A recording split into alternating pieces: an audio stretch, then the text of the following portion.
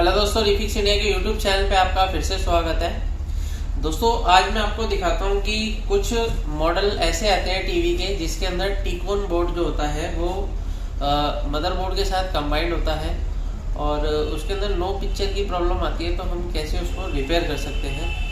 तो अभी जैसे कि आप ये देख रहे हैं, मेरे पास एक ये लॉयड कंपनी का एक सेट है और इसके अंदर आप यहाँ पे देख सकते हैं ये इसकी स्केलर पीसीबी है और इसके अंदर क्या है, टिकोन जो है इसका वो मदरबोर्ड के अंदर कंबाइंड है।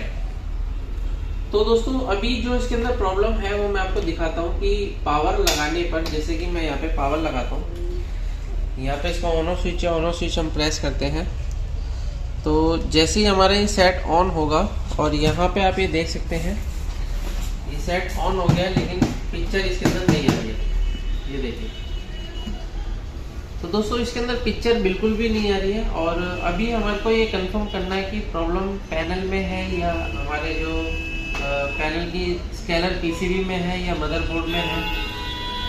तो अभी इसको रिपेयर करने के लिए हमारे को ये कंफर्म करना होगा।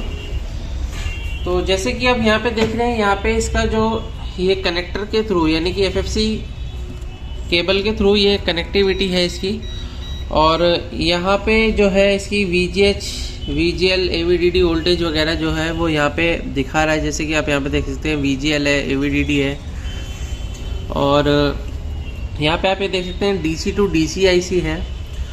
तो ये काम कर रही है या नहीं कर रही है? अगर ये काम कर रही है तो हमारे पैनल में दिक्कत हो सकती है।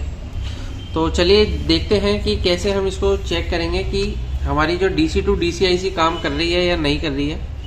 अगर DC to DC IC दोस्तों काम कर रही है तो सबसे पहले हमारे को इसकी जो सभी वोल्टेज हमारे को चेक करनी है। जैसे कि सबसे पहले हम यहाँ पे पॉइंट पे चेक कर लेते हैं। जैसे कि आप यहाँ पे देख सकते हैं ये AVDD वोल्टेज यहाँ पे लिखा हुआ है, जो कि AVDD वोल्टेज हमारे को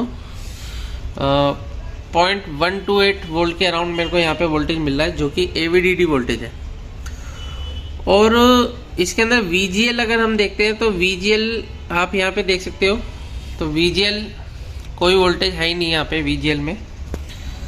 तो दोस्तों जब तक AVDD वोल्टेज नहीं बनेगी तब तक हमारा कोई भी वोल्टेज नहीं बन पाएगा। तो चलिए अब यहाँ पे अगर हम चेक करते हैं तो ये इसका DC to DC सर्किट है जो कि बूस्ट वोल्टेज बनाने का काम करता है। अभी अगर हम यहाँ पे देखते हैं तो हमारे को यहाँ पे कुछ वोल्टेज मिल रही है या नहीं मिल रही है। तो यहाँ पे हमारे कुछ यहाँ पे देख सकते हैं, यहाँ पे हमारे को कोई भी बूस्ट वोल्टेज नहीं बन रही है। और यहाँ पे अगर हम देखेंगे तो यहाँ पे कई सारे नॉन पोलराइज कैपेसिटर लगे हुए हैं और उसके साथ में यहाँ पे कॉइल लगी हुई है। तो कॉइल पर भी हमारा 1.49 वोल्ट के अराउंड यहाँ पे वोल्टेज मिल रहा है। जबकि दोस्तों यहाँ पे हमारा जो है बूस्ट वोल्टेज AVDD होनी चाहिए। अभी हमारे को यहाँ पे कोई वोल्टेज नहीं मिल रहा है। तो आगे अगर हम देखते हैं तो इस सर्किट के अंदर भी अगर हम देखेंगे तो यहाँ पे भी हमारे को कोई वोल्टेज नहीं मिल रहा है। ये देखिए यहाँ पे 1.29 के अराउंड वोल्टेज मिल रहा है और यहाँ पे देखेंगे ये कोई वोल्टेज हमारे को इसके अंदर नहीं मिल रहा है। तो अभी जो दिक्कत आ रही है वो हमारी दिक्कत है मदरबोर्ड के अंदर। तो मदरबोर्ड के अंदर अगर हमारी जो है DC to DC IC अगर काम नहीं करती तो कोई भी वोल्टेज हमारा बूस्ट नहीं होगा। तो अभी अगर हम जैसे कि देख पा रहे हैं कि हमारा जो AVDD वोल्टेज होता है वो समथिंग इनपुट वोल्ट के हिसाब से होता है। जैसे कि हमारा यहाँ पे आप देख पा रहे हैं कि हमारे को जो इनपुट वोल्टेज है वही नहीं मिल पा रहा है। तो DC to DC IC अलग अलग वोल्ट की आती है, 5 वोल्ट की भी आती है, 12 वोल्ट की भी आती है। तो अभी मैंने इसकी डेटा शीट को जो रीड किया था तो इसके अंदर जो ये DC to DC IC है वो 5 वोल्ट की DC to DC IC है। तो अभी अगर हम यहाँ पे देखते हैं तो DC to DC IC की जो पिन नंबर यहाँ पे अगर हम चेक करते हैं 1 2 3 4 5 6, तो 6 नंबर पिन पे हमारे को यहाँ पे वोल्टेज यहाँ पे मिलनी चाहिए, जो कि हमारे को यहाँ पे आप देख सकते हैं क्या वोल्टेज मिल रहा है 1.49। तो यानी डीसी टू डीसी आईसी की जो इनपुट वोल्टेज है वही हमारे को वोल्टेज नहीं मिल रहा है।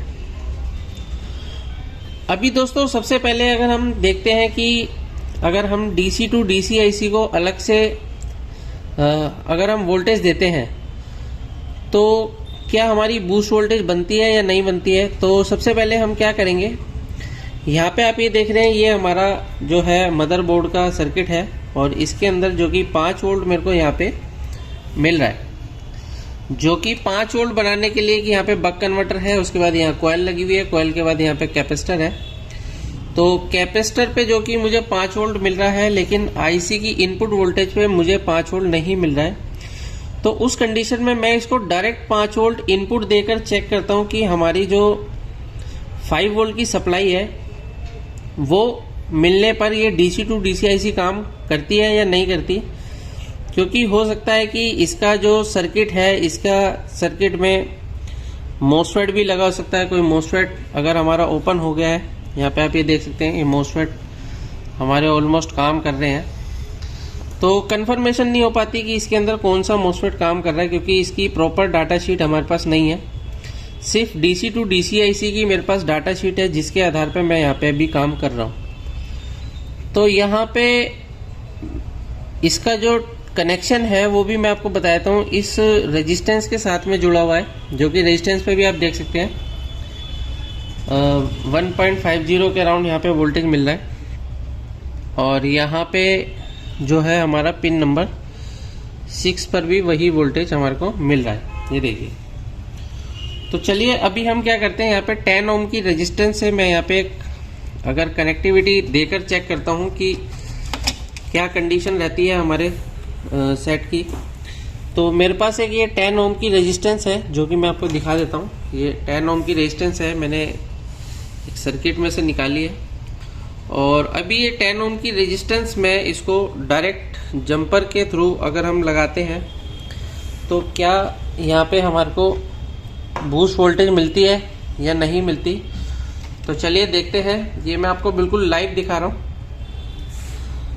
अगर आप भी एलसीडी एलईडी टीवी रिपेयर की ट्रेनिंग लेना चाहते हैं तो नीचे दिए गए कॉन्टैक्ट नंबर पे कॉन्टैक्ट कर सकते हैं दोस्तों, जिसके अंदर हम आपको पूरा प्रैक्टिकली सारी चीज़ें सिखाते हैं। मेरे पास जो वर्कशॉप ट्रेनिंग के लिए सभी लोग आते हैं और अपना अपना काम करते हैं परफेक्ट तरीके से।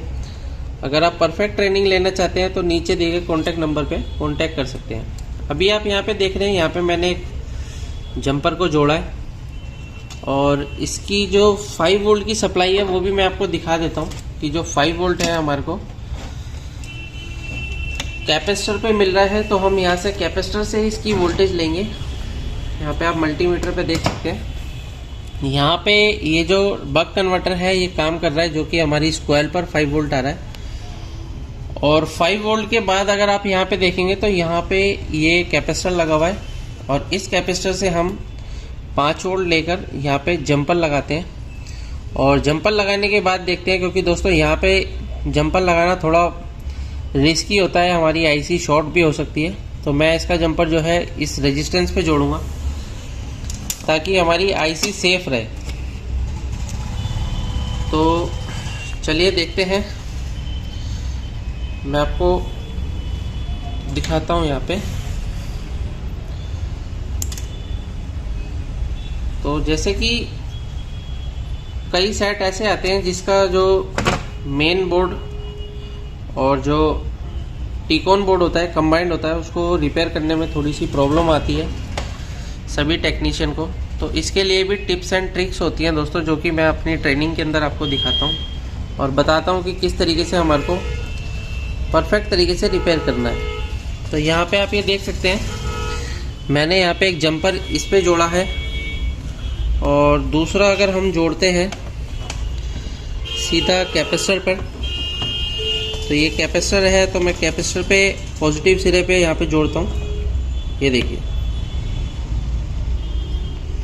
ये मैंने यहाँ पे 10 ओम की रेजिस्टेंस ली है, जिसके थ्रू मैं यहाँ पे जंपर लगा के इसको 5 वोल्ट दे रहा हूँ। तो यहाँ पे आप ये देख सकते हैं, बिल्कुल 5 वोल्ट मैंने 10 ओम की रेजिस्टेंस के थ्रू दिया है। तो अभी हम पावर लगा के देखते हैं कि क्या कंडीशन हमारे सेट में रहने वाली है। ये देखिए,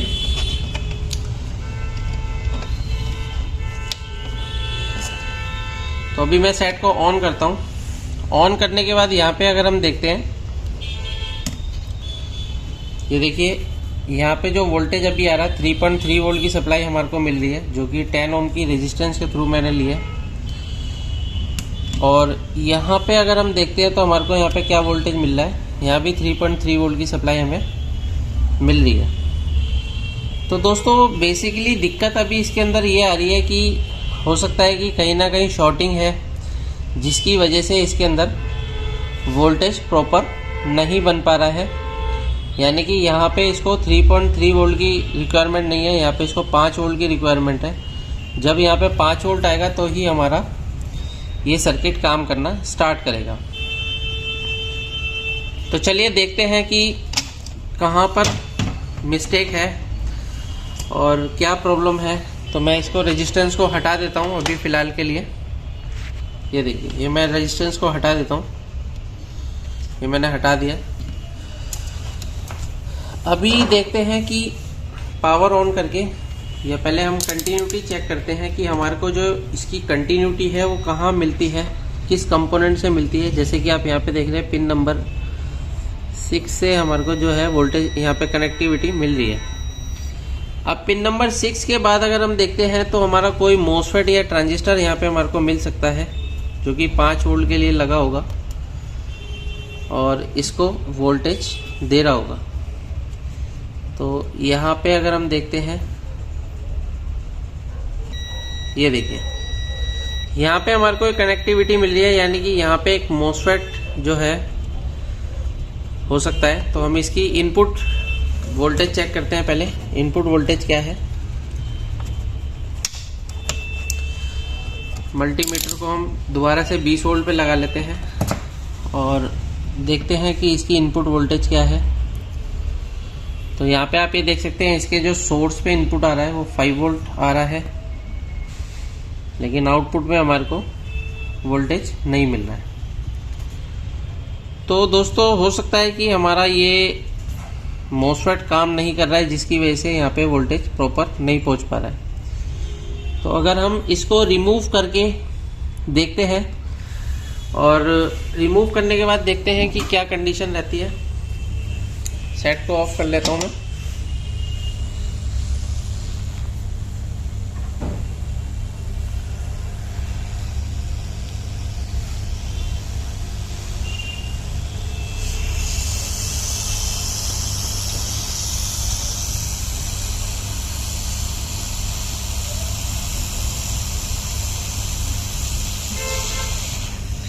इसको मैंने रिमूव कर दिया और रिमूव करने के बाद देखते हैं कि जो हमारी वोल्टेज है वो यहाँ पर क्या दिखाती है, क्योंकि यहाँ पे पी चैनल मोसफेट का यूज़ किया गया है।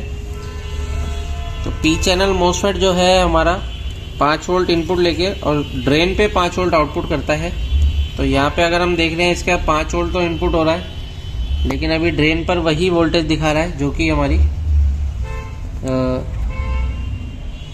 1.48 वोल्टेज है। तो अभी चलिए देखते हैं कि यहाँ पे अगर हम रेजिस्टेंस लगाने पर क्या हमारे को दिखाता है। ये हम पावर निकाल लेते हैं। पावर निकालने के बाद अभी मैं यहाँ पे दोबारा से एक रेजिस्टेंस को लगाता हूँ। ये मैं लगा रहा हूँ इसके ड्रेन पर और ये हमारी सोर्स है। तो जैसे कि आप यहाँ पे देख रहे हैं, ये मैंने एक टेम्परेरी बेस पे लगा रहा हूँ ताकि हम इसको चेक कर सकें कि हमारे सेट के अंदर प्रॉब्लम का सॉल्यूशन निकलता है या नहीं निकलता है। तो अभी मैं इसको पावर ऑन कर दिया है, इसको ऑन करते हैं, दोबारा से चेक करते हैं दोस्तों। तो यहाँ पे अगर हम देख रहे हैं 5 वोल्ट इनपुट ओके है और यहाँ पे अभी भी इसका 3.3 वोल्ट की सप्लाई आ रही है। तो यहाँ पे 3.3 वोल्ट आ रहा है और 3.3 ही हमारा यहाँ पे जा रहा है इनपुट सप्लाई में। और देखते हैं AVDD हमारा अभी तक नहीं बना है। तो चलिए अभी हम 10 ओम की रेजिस्टेंस को रिमूव करके देखते हैं। 10 ओम की रेजिस्टेंस की वजह से भी दिक्कत हो सकती है। तो मैं इसको डायरेक्ट अगर जंपर लगा के देखता हूँ क्या दिखाता है। तो अभी अगर ये डायरेक्ट जंपर लगाने पर अगर ये प्रॉब्लम सॉल्व हो जाती है तो किसी भी हम सेट से मॉसफेट को रिमूव करके यहाँ पे लगाएंगे। ये देखिए,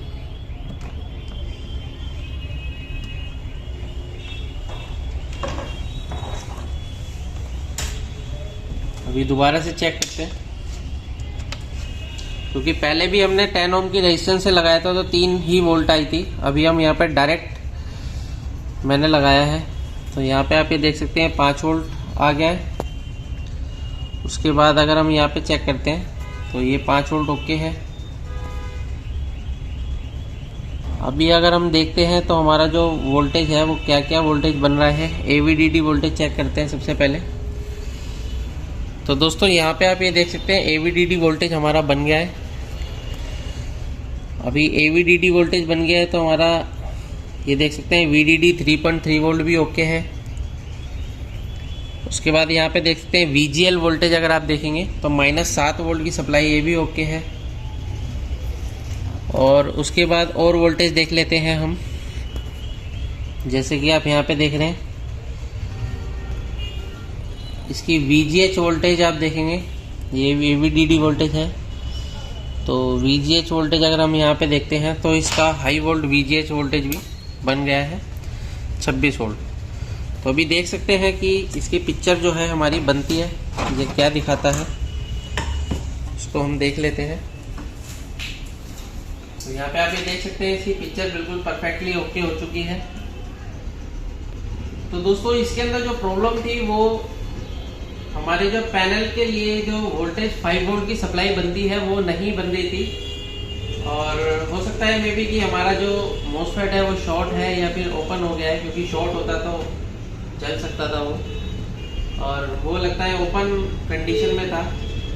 तो अभी हमारा सेट बिल्कुल परफेक्टली चल रहा है, लेकिन हम इसको डायरेक्ट नहीं करेंगे। इसके अंदर हम कोई भी सेट में से मॉसफेट निकालकर इसके अंदर लगा सकते हैं। अगर आपके पास कोई भी डेड मदरबोर्ड रखे होते हैं तो उसके अंदर से हम फर्स्ट क्लास तरीके से इसको लगाएंगे, क्योंकि ये डायरेक्ट जंपर लगाना एक प्रॉपर सॉल्यूशन नहीं होता है। इससे हमारा पैनल डैमेज होने के चांसेस होते हैं। तो अगर वीडियो आपको पसंद आए तो वीडियो को लाइक करें, शेयर करें, कमेंट करें। Thank you.